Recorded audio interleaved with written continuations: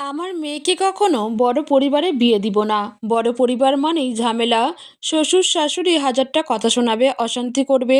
তার চেয়ে ভালো একা থাকবে, শান্তিতে সংসার করবে। সামনে বসে থাকা মহিলার কথা শুনে ইরা একটু হাসে। একটা বেসরকারি ব্যাংকে চাকরি করে ইরা। প্রতিদিন এমন অনেক গ্রাহকের সম্মুখীন হতে হয় তাকে। ইরা যেহেতু মেয়েদের অ্যাকাউন্টগুলো দেখে, তাই বিভিন্ন বয়সের মেয়ে বা মহিলা তার কাছে আসে। কেউ অ্যাকাউন্ট করতে আসে, কেউ বা টাকা তুলতে আসে। তার টেবিলের সামনে চেয়ার কখনো খালি থাকে না।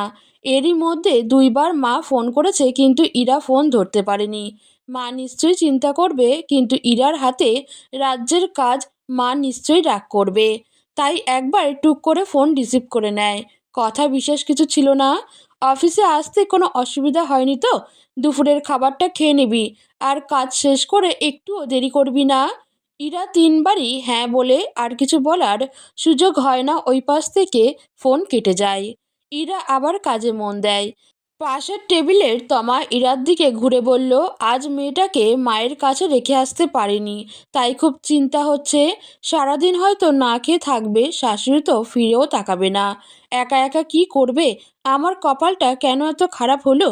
ইরা জানে সব কিছু, তাই ওর সাথে মন খুলে কথা বলা যায়। ইরা তমার দিকে সহানুভূতি নিয়ে তাকায় আর ওকে বলে, স্যারকে বলে দেখতে যদি লাঞ্চের পর ছুটি দেয়। তমার বাবার বাড়ি আর শ্বশুর বাড়ির দূরত্ব কম। তমা প্রতিদিন অফিসে আসার সময় তার মেয়েকে মায়ের কাছে রেখে আসে, আবার ফেরার সময় নিয়ে যায়। মেয়েটার বয়স 4 বছর। তমার শাশুড়ি তাকে দেখে রাখতে পারে না। তিনি বলেন, ঝাড় বাচ্চা তাকেই দেখতে হয়।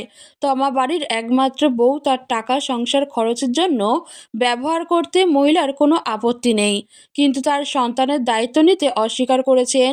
তমার স্বামীও অন্য 5 জনের মতোই মায়ের দোষ দেখতে পায় না, তাই তমাকেই মানিয়ে নিতে হয়েছে।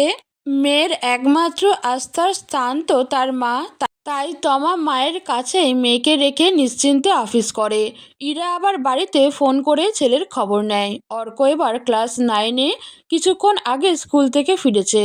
এখন খাবার খাবে।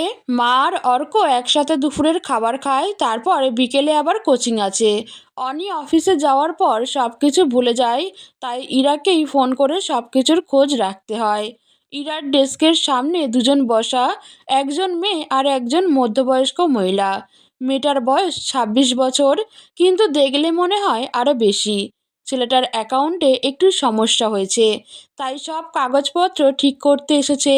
মেয়েটার কোলে একটা 2 বছরের বাচ্চা। ইরা টুকটাক কিছু কথা বলে তাদের সাথে। মেয়েটা বলেছে বিয়ের পর থেকেই একা থাকে, শ্বশুরবাড়িতে কেউ নেই। স্বামী কাজের চাপে খুব ব্যস্ত থাকে সারাদিন। একা হাতে সংসার আর বাচ্চা দেখতে হয়। সব মিলিয়ে হিমশিম খেতে হচ্ছে। যদি ঘরে একজন নিজের কেউ থাকতো তাহলে খুব ভালো হতো। পাশের মেয়েটা মুখে একটা চওড়া হাসি টেনে বলল, আমি বাবা বেঁচে গেছি, আমার এই কষ্ট করতে হয়নি। 2 বাচ্চা শাশুড়ি ননদ মিলে বড় করে দিয়েছে।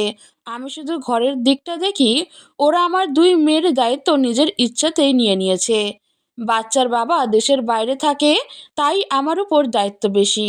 বড়টা এইবার ক্লাস 8-এ উঠেছে, আর ছোটটা 4 বছর। শাশুড়ি কাজ ছাড়া করতেই চায় না।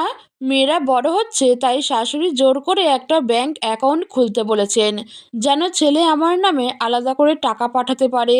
কথাগুলো বলার সময় মহিলার মুখে একটা প্রশান্তির ছাপ স্পষ্ট দেখা যাচ্ছিল। গল্প করতে করতেই কাজ শেষ হয়ে গেল। তমা আগেই চলে গেছে। ওর ডেস্কে দীপ্ত নামের একজন স্টাফ বসেছে। সে মনে হয় মেয়েদের কথাগুলো শুনেছে, মাঝে মাঝে এদিকে তাকাচ্ছিল। দীপ্ত ইরাকে উদ্দেশ্য করে বলে, আজ একজনকে দেখলাম শ্বশুরবাড়ির প্রশংসা করতে। তবে আপনার মতো সৌভাগ্যবতী সবাই হয় না, বুঝলেন ইরা আপা? শ্বশুরবাড়ি থেকে অফিস করেন, তাও আবার শাশুড়ির কাছে ছেলে রেখে। অনি ভাইয়ের মতো ভালো স্বামী, আর সংসারেও কোনো ঝামেলা নেই। নিজের লাবণ্যটা এখনও সুন্দর ধরে রেখেছেন। বয়সটা 25-এর বেশি বাড়তেই দেননি। আমরা সবাই আপনার আড়ালে বলি, আপনি এই অফিসের সবচেয়ে সুখী মানুষ। ইরা হাসি মুখেই প্রতিউত্তর দেয়, সেটা বলতেই পারেন ভাই। তবে আমি কিন্তু শ্বশুর বাড়িতে থাকি না, নিজের বাড়িতে থাকি।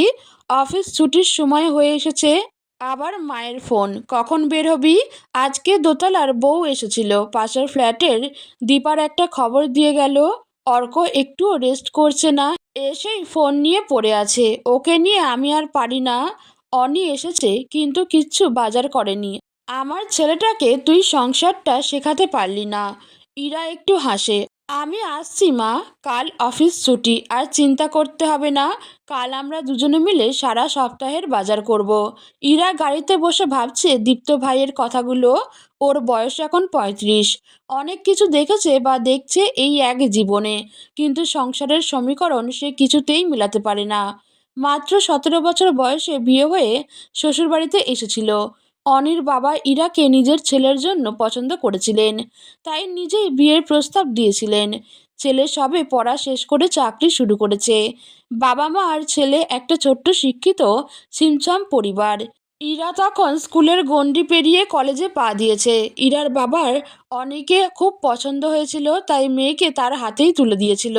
তবে ইরা একটাই শর্ত দিয়েছিল, পড়াশোনা শেষ করতে চায়। অনির বাবা ইরার মাথায় আশীর্বাদ করে বলেছিলেন, তোমার সব স্বপ্ন পূরণ করতে পারবে, আমি বা আমার ছেলে তোমাকে কোনো বাধা দেব না। সত্যিই তা হয়েছে। ইরা বিয়ের পর কলেজ ভার্সিটি শেষ করেছে। এরই মধ্যে অর্ক এসেছে তাদের জীবনে। একসময় অনির একার উপার্জন কিছুটা অপ্রতুল হয়ে যায়, তাই বাধ্য হয়ে ইরা চাকরি করার সিদ্ধান্ত নেয়। তখনও কেউ বাধা দেয়নি। তবে সব সম্ভব হয়েছে মায়ের জন্য। মা মানে ইরার শাশুড়ি, ইরার সবচেয়ে বড় আস্থার স্থান। সেই 17 বছরের মেয়েটা যার সংসার বা শ্বশুরবাড়ি সম্পর্কে কোনো ধারণা ছিল না, সেই মেয়েটাকেই সব শিখিয়ে পড়িয়ে নিয়েছে মা। ইরা বিয়ের পর মা ডাকতে পারতো না, আন্টি ডাকতো। তাই বলে রাগ করেনি, বলেছিল যেদিন মন থেকে আসবে সেদিন মা ডাকিস। বাড়িটা যখন শ্বশুরমশাই অনির নামে করে লিখে দিতে চেয়েছিল, তখন মা বলেছিল বাড়িটা অনির একার না, এখানে ইরার সমান অধিকার আছে, তাও ইরা আর অনির নামে লিখে দিন।